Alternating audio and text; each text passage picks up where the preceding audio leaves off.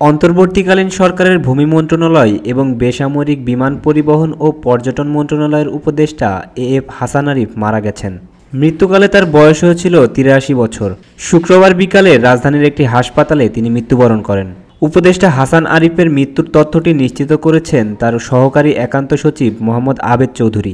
তিনি জানান, আজ শুক্রবার বিকাল ৩টা ১০ মিনিটে হৃদরোগে আক্রান্ত হয়ে রাজধানীর ল্যাবেইর হাসপাতালে মারা যান উপদেষ্টা হাসান আরিফ। গত ৮ আগস্ট অন্তর্বর্তী সরকারের উপদেষ্টা হিসেবে শপথ নেন হাসান আরিফ। তিনি ১৯৪১ সালে কলকাতায় জন্মগ্রহণ করেন। কলকাতার সেন্ট জেভিয়ার্স কলেজ থেকে মাধ্যমিক এবং উচ্চ মাধ্যমিক শিক্ষা সম্পন্ন করার পর কলকাতা বিশ্ববিদ্যালয় থেকে স্নাতক এবং এলএলবি ডিগ্রি সম্পন্ন করেন তিনি। হাসান আরিফ ১৯৬৭ সালে ভারতের পশ্চিমবঙ্গের কলকাতা হাইকোর্টে আইনজীবী হিসেবে কাজ করেন। এরপর ঢাকায় এসে বাংলাদেশ হাইকোর্টে কাজ শুরু করেন। তিনি ২০০১ থেকে ২০০৫ সালের ২৮ এপ্রিল পর্যন্ত অ্যাটর্নি জেনারেল হিসেবে দায়িত্ব পালন করেছেন।